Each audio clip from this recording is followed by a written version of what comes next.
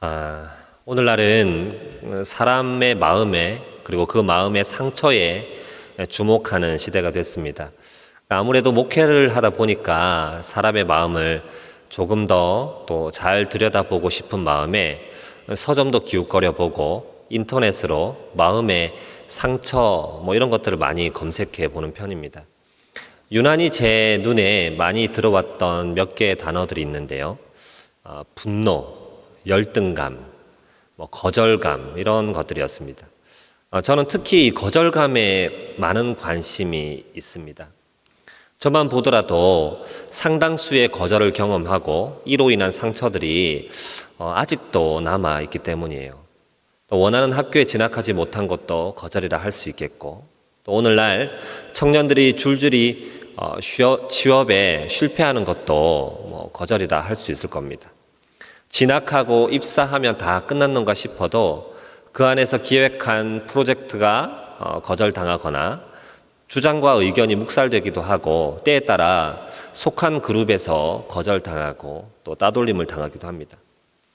더 큰 문제는 이런 거절감이 다른 것들과 서로 얼기설기 얽혀 있어서 분노가 치밀어 오르거나 거절당한 상처 때문에 열등감이 내면에 자리 잡기도 한다는 거죠.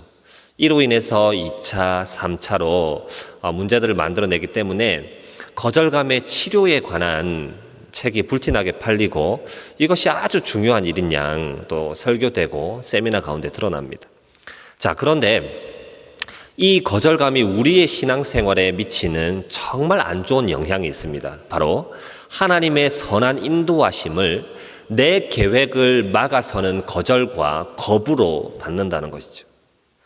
이러한 성도에게 하나님은 내 길을 막으시는 분, 내지는 나는 늘 하나님의 뜻에 반대되는 사람이야, 반하는 사람이야 라고 생각하기 십상입니다.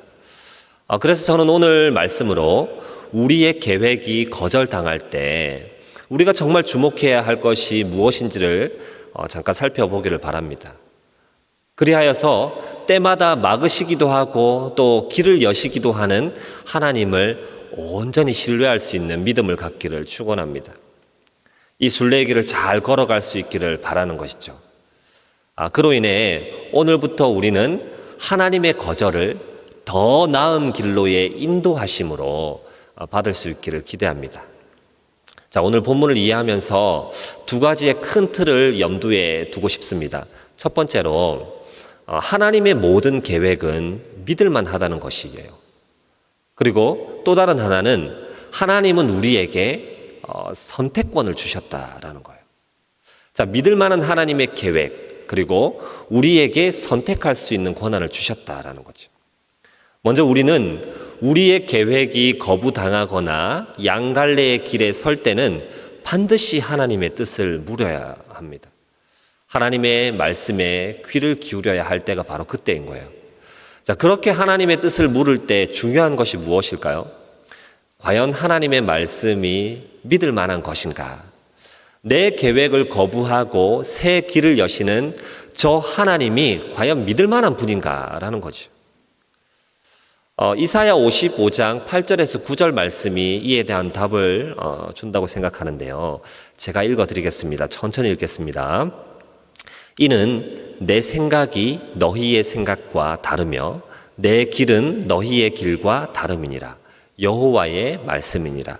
이는 하늘이 땅보다 높음같이 내 길은 너희의 길보다 높으며 내 생각은 너희의 생각보다 높음이니라. 아멘. 길게 장황하게 말씀을 드렸지만 하나님의 생각이 우리보다 뛰어나고 그분이 계획하시는 모든 길이 우리보다 높다라는 것을 하나님 스스로가 말씀하고 있고 성경이 우리에게 가르쳐주고 있습니다. 자, 하나님의 생각은 우리의 생각과 같지 않다는 거예요. 이것은 단지 다르다는 것을 말하는 것이 아니라 사람의 생각처럼 제한적이지 않다는 거예요. 열려있는 것이죠. 그리고 우리가 생각하고 계획하는 것처럼 시간에 따라서 바뀌거나 그 능력을 잃는 것도 아닙니다. 그래서 우리의 생각보다 높다고 말씀하세요. 영원하고 전지하시고 전능하신 생각이며 그분의 능력인 거예요. 여러분, 변하지 않아야 진정 믿을 만한 것 아니겠습니까? 그렇기 때문에 하나님의 말씀은 믿을 만한 것이며 하나님은 믿을 만한 분이다라고 이렇게 정리할 수 있겠습니까? 자, 그래요.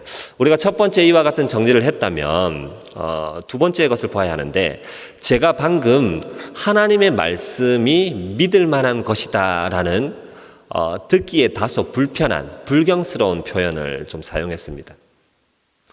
우리가 하나님을 믿는다, 예수를 구주로 믿는다라고 할 때 믿음은 우리에게 은혜로 주셔서 구원을 얻게 하는 바로 그 믿음을 말할 거예요. 곧 예수를 그리스도로 하나님의 아들로 믿는 믿음을 말하는 것이지 않습니까? 그러나 방금 여기에서 하나님을 믿을 만한 분이라고 얘기할 때는 조금 다르게 믿음을 보아야 합니다. 이것은 사실 관계의 문제이기 때문에 그렇습니다. 하나님과 우리가 믿음의 관계로 맺어져 있는가라는 거예요. 여러분, 하나님과 우리의 관계가 주인과 종의 관계, 단순히 그와 같은 관계라면 우리는 하나님을 믿음의 대상으로 볼 수 없어요. 순종할 만큼 믿을 만한 분이냐라는 것은 아무 의미가 없습니다. 조금 어렵게 가고 있는데 다시 쉽게 정리를 하면 이런 말이 되는 거예요. 종은 주인이 하라면 그냥 하는 거예요. 주인의 말이 믿을 만해서 따라 한다거나 주인의 명령이 신뢰할 만한 것이어서 하는 것이 아니죠. 종에게는 아무 권한이 없는 거예요. 그런데 하나님 그분이 믿을 만하고 하나님의 말씀이 믿을 만하다는 것은 하나님이 우리와 맺으신 이 아주 특별한 관계 때문에 그런 것입니다. 우리를 자녀로 삼으신 거예요. 우리에게 인격을 그대로 존중해 주셨어요. 우리를 인격적으로 대우하셨어요. 그래서 때때로 하나님이 명백하게 명확하게 보이시는 선한 길임에도 불구하고 우리에게 선택할 수 있는 권한을 주셨다는 거예요. 순종할 수 있는 기회를 허락하셨다는 거죠. 하나님이 우리의 계획을 막으시고 아까 이 설교의 제목대로 거절하신다, 거부하신다고 생각될 때에 우리가 주목해야 할 것은 하나님은 믿을 만한 분이고 우리에게 믿을 만한 그것을 선택할 기회를 주셨다는 사실입니다. 여러분, 그래서 이것은 오직 자녀로 삼으신 하나님과 구원 얻은 하나님의 백성들과의 관계에서만 이루어지는 일들이에요. 하나님을 알지 못하는, 믿지 않는 이들에게 하나님이 하나님의 뜻을 보이시거나 그 길을 막으시거나 인도하시는 일은 없습니다. 그러니 우리가 하나님이 우리를 거절하신다고 볼 것이 아니라 앞서 얘기한 대로 가장 좋은 길로, 더 나은 길로 인도하시는 그 하나님의 뜻이 무엇인지, 계획이 무엇인지 주목해야 하지 않겠습니까? 그래, 우리가 본문을 통해서 조금 더 세세하게 보기를 원합니다. 자, 본문은 바울의 2차 전도 여행 때 있었던 일입니다. 바울은 지난 1차 여행 때에 하나님이 놀라운 방법으로 아시아의 여러 지역에 복음을 전하게 하셨던 것을 기억하고 있어요. 기도하고 전도하러만 나가면 하나님이 전도의 문을 계속 여시는 거예요.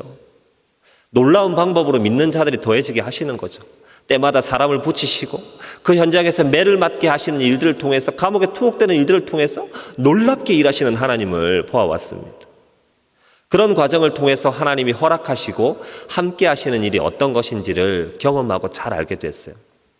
하나님의 일하심이 명확하게 분명하게 보였기 때문에 매를 맞고 목숨에 위협이 있는 일도 기꺼이 감수할 만한 것이었어요. 바울은 지금 2차 전도 여행을 아니란 생각으로 임하는 것이 아닌 거죠. 내가 1차 때 길을 잘 개척하고 뚫어놨으니까 이번에도 아시아 지역에서 복음을 전하면 좀 수월하게 효과적으로 전도할 수 있을 거야. 이런 생각으로 아시아 지역에서 전도하고자 한 것이 아닙니다. 1차 때와 크게 다르지 않을 박해가 예상되지만 틀림없이 하나님의 선한 역사가 있으리라는 기대로 이 여행에 임하고 있는 거예요. 그런데 6절을 보니까요, 성령이 이 아시아에서 말씀을 전하지 못하게 하셨다라고 얘기를 해요. 당시 아시아는 지금의 터키 지역에 해당하는 소아시아 일대를 말하는 것인데 여러 차례 다른 방법으로 갈 바를 모색하고 기도하고 물어도 그 길이 열리지 않는 거죠. 그래서 당시 갈라디아의 중심 도시였던 비두니아로 가려고 하게 됩니다. 그런데 7절을 보니까 이마저도 예수의 영이 허락하지 않았다라고 기록하고 있어요. 성령께서 아시아에서 말씀을 전하지 못하게 하셨을 뿐만 아니라 또 허락하지 않는 것이죠. 바울이 아시아에서 말씀을 전하는 것도 비두니아로 가고자 애썼던 것도 그가 처음 예수 그리스도를 믿고 또 그에게 받은 사명을 따라 이방인의 사도로 세움받은 그의 목적을 따라 복음을 전하고자 함 아니었습니까? 그가 아시아에 남겠다고 한 것이 자신의 배를 불리기 위함이었나요? 자신의 편리를 위한 일이었습니까? 아닙니다. 하나님께서 마땅히 기뻐하실 만한 주의 일을 위해서 그와 같이 하려고 한 것이요. 그런데 정작 성령께서 그 일을 막으시는 거죠. 이것은 우리가 하나님의 세밀한 인도 아래 거하도록 하는 중요한 원리요 지침이 됩니다. 하나님은 아주 많은 경우에 우리가 소망하고 애써온 일들을 막으십니다.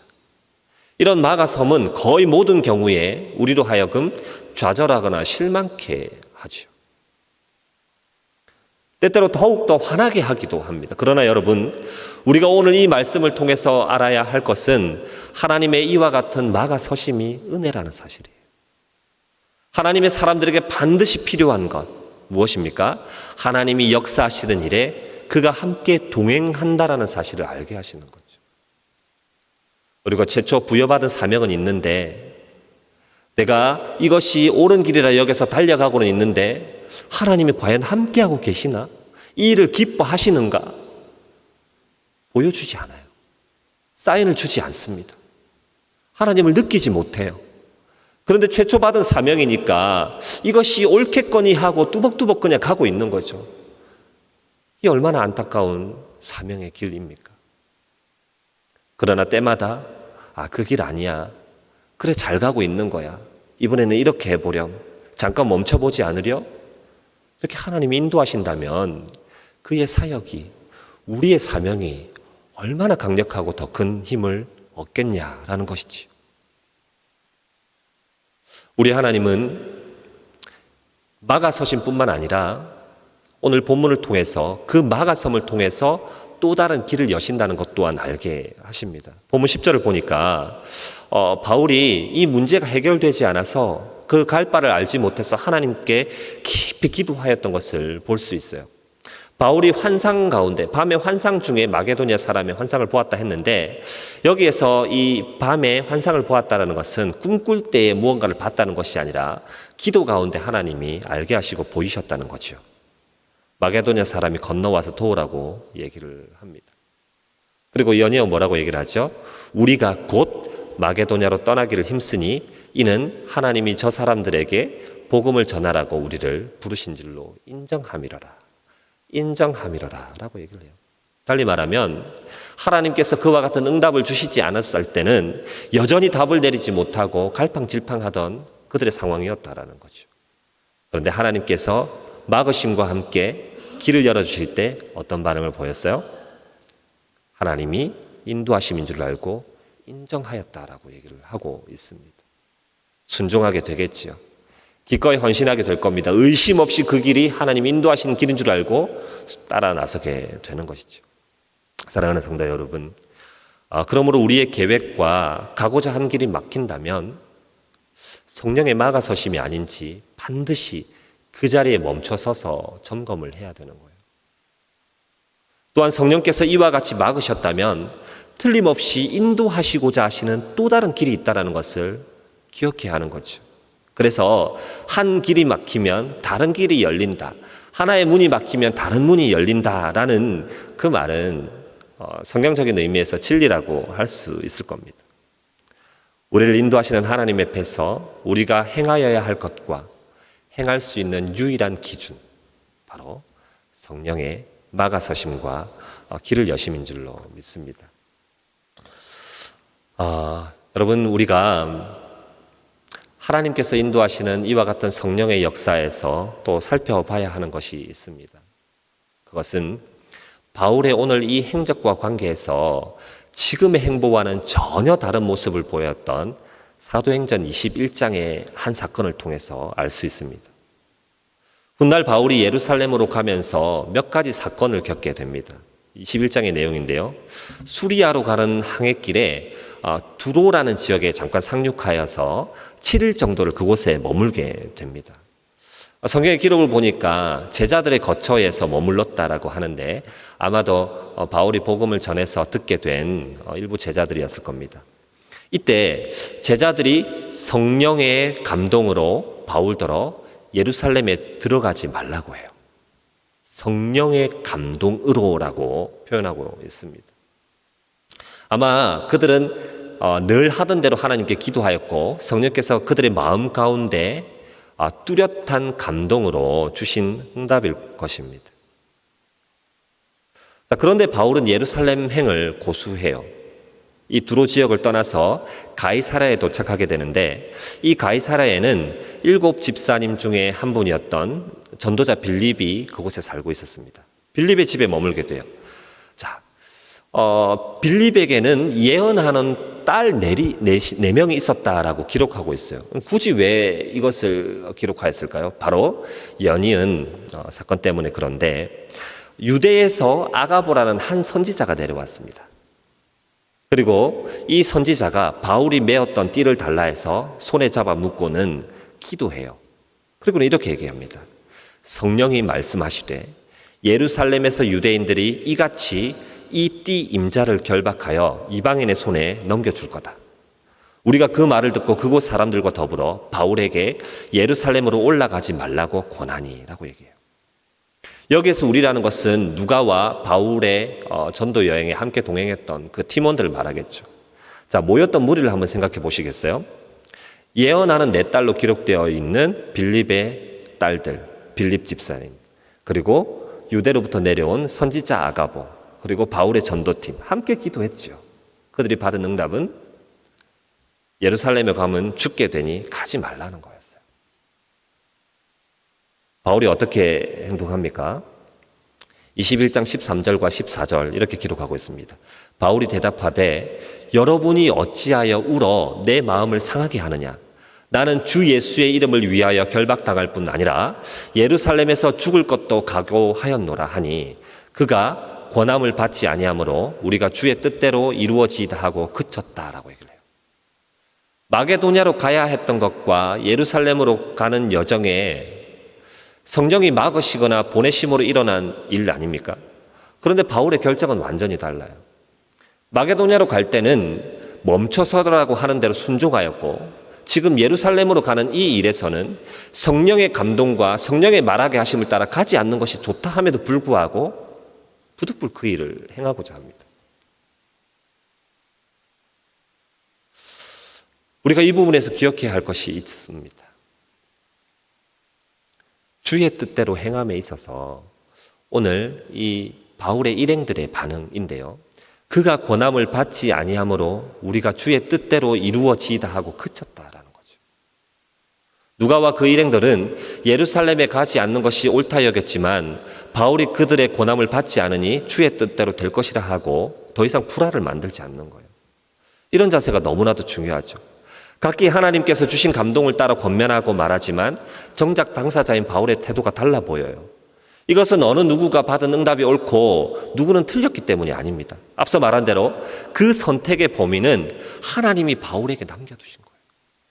바울의 선택은 죽기를 각오했다는 거죠. 이와 같을 때 그리스도인이 보일 반응은 하나인데 주의 뜻대로 이루어지기를 구하는 겁니다. 자, 우리가 오늘 봤던 이 본문을 중심으로 해서 2-3가지 정도만 정리했으면 좋겠는데요. 바로 첫 번째, 궁극적 사명과 관련이 있는 것을 우리는 고수해야 된다는 거예요. 마게도냐로 가라는 일과 그리고 예루살렘으로 가지 않겠다는 이 두 일, 둘 모두가 성령께서 응답하신 이름에도 불구하고 그의 태도가 달랐어요. 왜 그럴까요? 자, 바울은 일찍이 이방인을 위한 사도로 부름받은 사람이었잖아요. 복음을 전하는 전도자였고 선교사였어요. 그런 그가 자신의 사역을 유지해 나가는 일 가운데 막으심이 있어요. 하지만 그 막으심이 자신의 사명을 막는 것은 아니었어요. 그의 궁극적인 사명을 막는 것은 아니었어요. 그 사명의 범위 안에서 일의 영역이 조금 달라진 것이죠. 그럴 때에는 순종할 수 있는 거예요. 멈춰설 수 있는 거죠. 여러분, 제 얘기를 조금 하면 어떨까 싶습니다. 저는 중학교 때 선교사가 되겠다고 헌신했어요. 그리고 결혼할 무렵에는 아내와 함께 이제 무슬림 국가로 가겠다고 생각하고 여러 절차와 허입 과정들을 준비하고 있었습니다. 당시에 이제 웩이라는 단체를 통해서 나가게 되면 사실은 목사로서 사역하는 것이 아니라 비즈니스맨으로 사역하는 선교 사역을 꿈꿨습니다. 아내는 아내 나름으로 훈련받았고 저도 선교대학원에서 그 일을 위한 훈련들을 받았어요. 그런데 뜻하지 않게 건강의 문제가 걸리고 또 가정의 여러 가지 상황들이 막히고 하는 일들이 있었습니다. 10여 년 정도 전의 예이거든요. 아직도 못 가고 이러고 있습니다. 그런데 이 일이 하나님이 막으셨던 그 일에 제가 순종할 수 있었던 이유는 무엇이냐면 그 궁극적인 사명, 결국은 복음을 전하고 믿지 않는 자를 예수께 돌아오게 하는 이 일 자체에는 변함이 없더라는 거예요. 그런 일 앞에서는 나가서 전하는 선교사이든 혹은 복음을 전하는 누군가를 세워 보내는 일이든 다르지 않더라는 거예요. 또 흥미로운 것은 저는 무슬림에게 관심이 많은데 숱한 무슬림들이 제가 가지 않아도 그들이 오고 있다는 것이죠. 한국에 엄청 많은 무슬림들이 모여든다는 것 아십니까? 더 다행인 것은 무엇이냐면 나가서 그들의 언어를 공부하지 않아도 그들이 한국어를 배우고 있다는 사실이죠. 더 힘있게 전도하지 않겠습니까? 복음을 전할 수 있지 않겠습니까? 그래요. 그래서 그 궁극적인 사명에서 흔들림이 없을 때 막아서심은 얼마든지 순종할 수 있는 거예요. 그러나 두로와 가이사라에서의 일은 어떻습니까?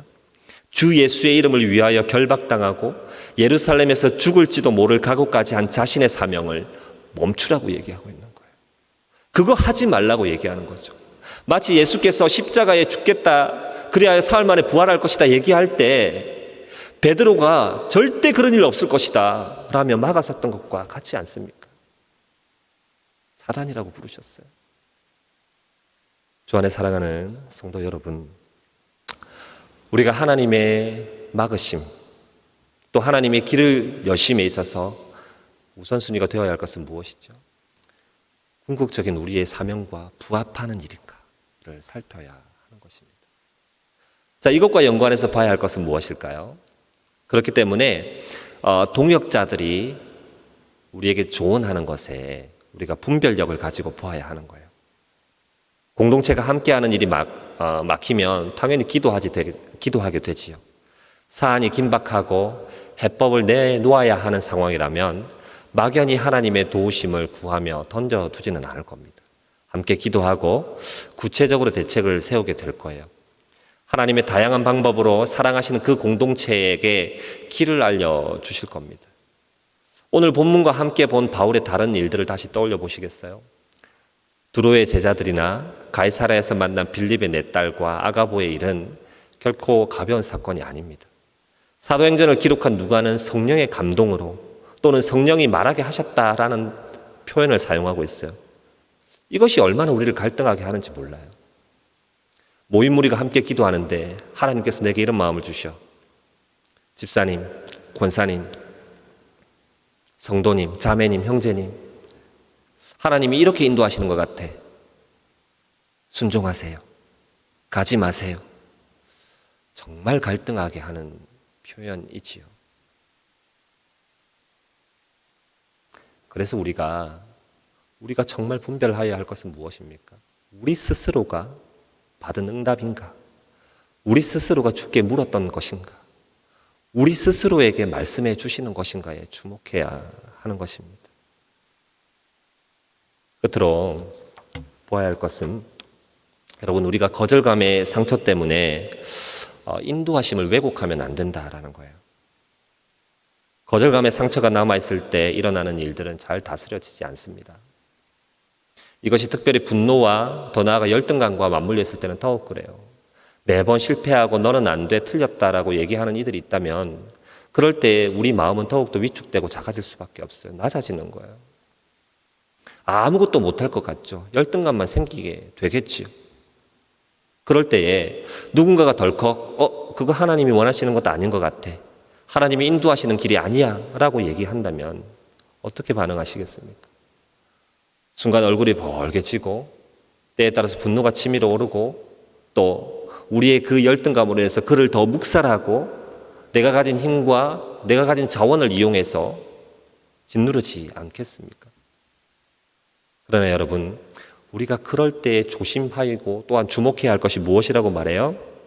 거절감의 상처 때문에 하나님의 인도하심을 못 봐서는 안 된다라는 것이죠.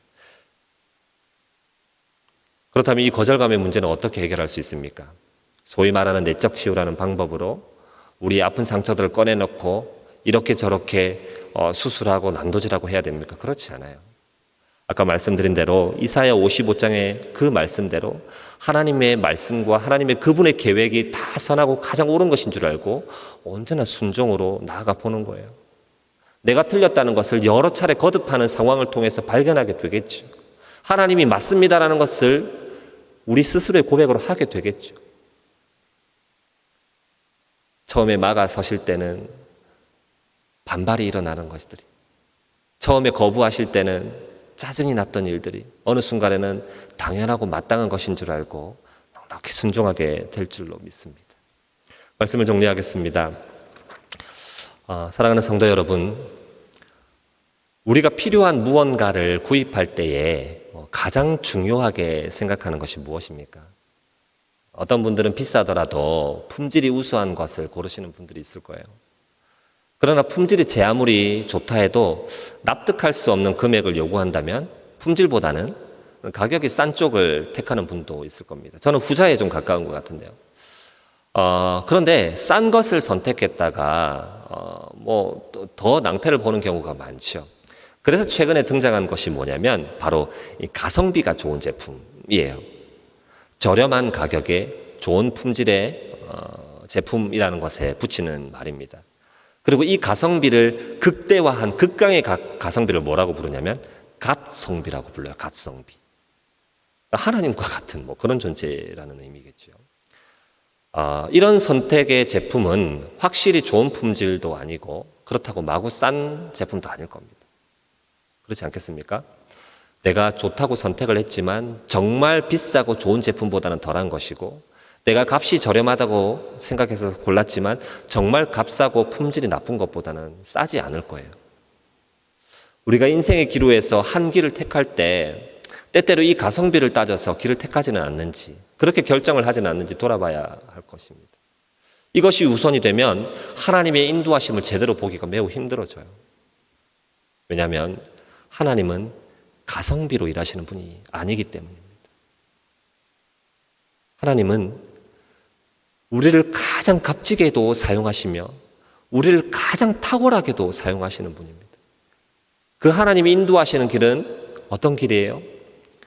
하나님이 쓰시기에 가장 탁월한 방법으로 우리를 연단하시고 만드셔서 사용하시는 길이며, 하나님이 가장 영광 받으실 만한 길로 인도하신다는 거예요. 그런 우리에게 필요한 것은 무엇입니까?